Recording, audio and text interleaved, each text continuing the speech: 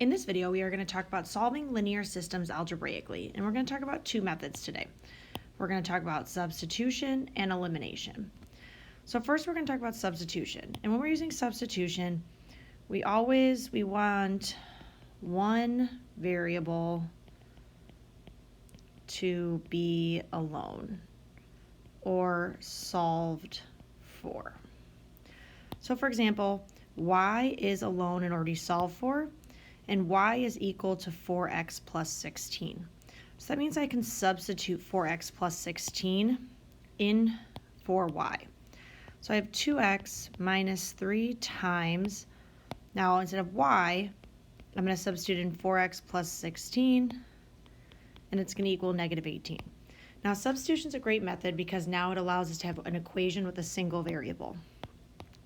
So the first thing I'm going to do is distribute this negative 3. So I'll have 2x minus 12x minus 3 times negative 16 is negative 48 is going to equal negative 18. Now I'm going to combine some like terms. So I'm going to have 2x minus 12x is negative 10x minus 48 is going to equal negative 18. Then I'm going to get the x alone. So I'm going to have negative 10x equals 30. Then I'm going to divide by negative 10, so I'm going to get that x equals negative 3.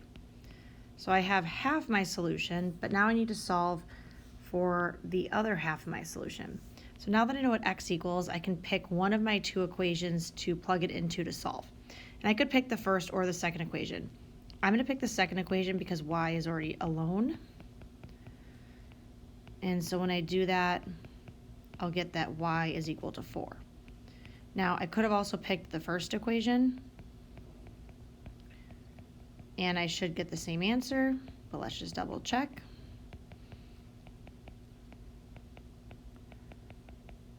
Divide by negative 3, and y would equal 4.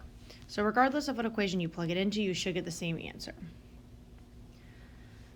Now in number 2, again, my goal is to get one of my variables alone. And right now I see this x is basically alone, but I have this plus 2y on the same side. So I'm going to minus the 2y. And so that'll change this equation to be x equals 2 minus 2y. So now that x is alone, I can substitute 2 minus 2y in for x in my first equation. So I'm going to have 3 times, instead of x, 2 minus 2y plus 4y equals negative 4. So I'm going to have 6 minus 6y plus 4y equals negative 4. Combine negative 6 and 4 to get negative 2. Negative 2y equals negative 10. Running out of room, but I'm going to get that y is 5. So again, that's just half my solution. I still need to find x. So similarly to number 1, I want to pick one of my two equations to solve. So let's say I pick the first one. I'm going to plug in 5 for y. I'll get 3x plus 20 equals negative 4. I'll get 3x equals negative 24. And I'll get that x is negative 8. Let's say I plugged it into the second equation.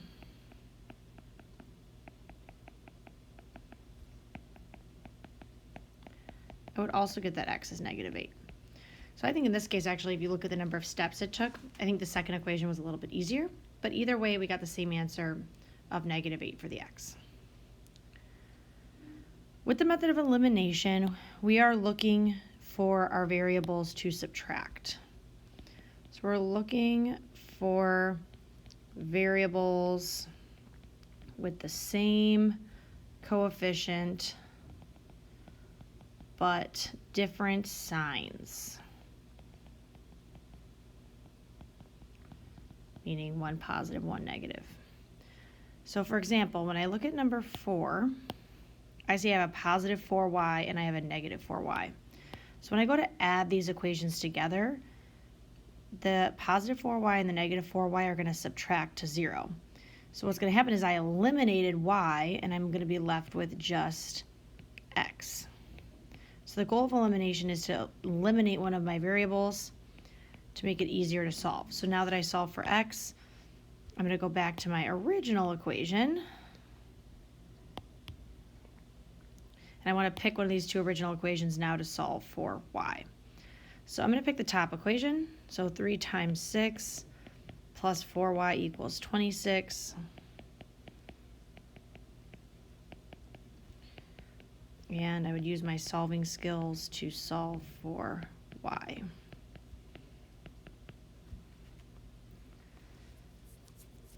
And I'm going to get y is 2.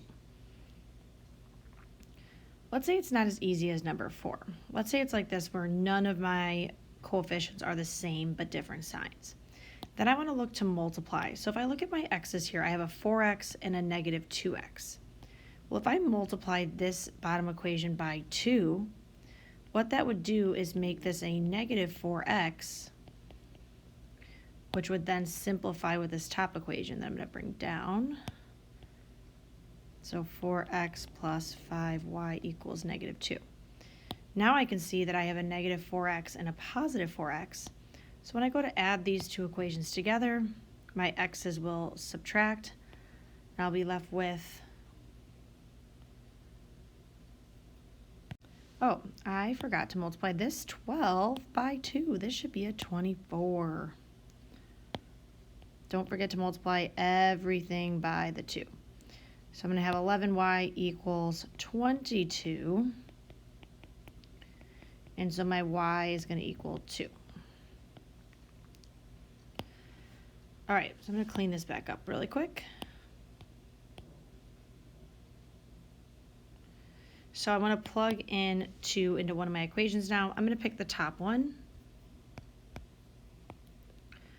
4x plus 5 times 2 equals negative 2. 4x plus 10 equals negative 2. 4x equals negative 12.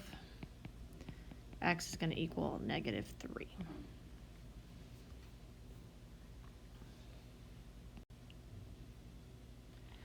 All right, let's try one a little bit more difficult now.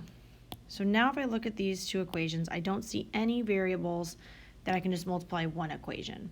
So in this case, I'm going to look for one that's already positive and one that's already negative, and I'm going to make them the same number. So if I have 2 and 3, I can make them both 6. So I'm going to multiply this top equation by 3, and this bottom equation, I'm going to do it a different color, by 2. And what that'll do is I'll get 6x plus 4y equals 36 when I multiply all of these by 3. And when I multiply all of these by 2, I'm going to get 6x. Oh, I'm sorry. This should be 6x plus 6y. And I'm going to have 6x minus 6y equals 12. So now I can see that my y's are the same coefficient but opposite signs. So now when I go to add 6y plus negative 6y, my y's are going to subtract.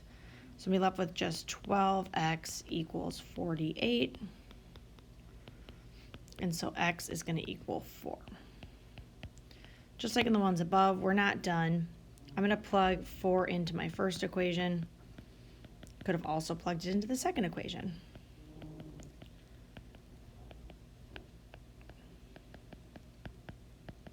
And so I'm going to get that y is 2.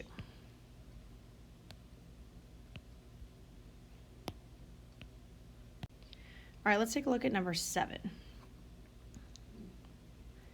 Now, again, I have a 2 and a 5, which I can't multiply 2 by anything to get 5.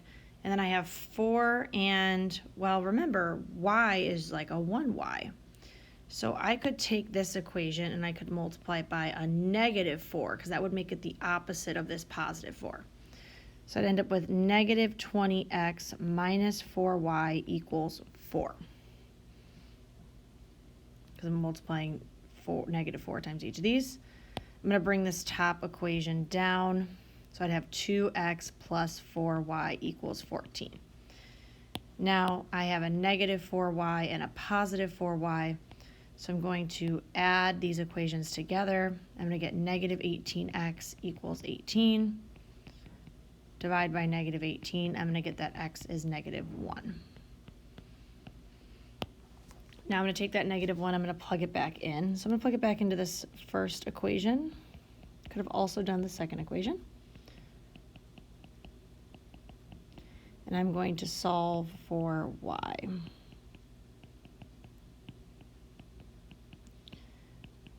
And so y would equal 4. All right, so just like we talked about special cases with graphing, we also have special cases with solving. So we're really solving the same equations. So remember, all the ones we've talked about so far had one solution. Our special cases are going to be no solution or infinitely many solutions. So these are our special ones. So let's look at number 8. So I have 2x minus y equals 4 and 4x minus 2y equals 8. So I notice right away that if I have a 2x and I multiply that by negative 2, that'll give me a negative 4x. So I'm going to multiply this whole top equation by negative 2. So I'm going to get negative 4x plus 2y equals negative 8. So now when I add my equations together, my goal is that my negative 4 and my positive 4x are going to subtract. But actually, I get a negative 2y and a positive 2y, so those are also going to subtract. So I'm going to be left with 0 on this side. Oh, wait. My 8 and negative 8 are also going to subtract to 0. And so I get 0 equals 0. So this is a true statement, that 0 equals 0. So if you get a true statement, that means this equation has infinitely many solutions.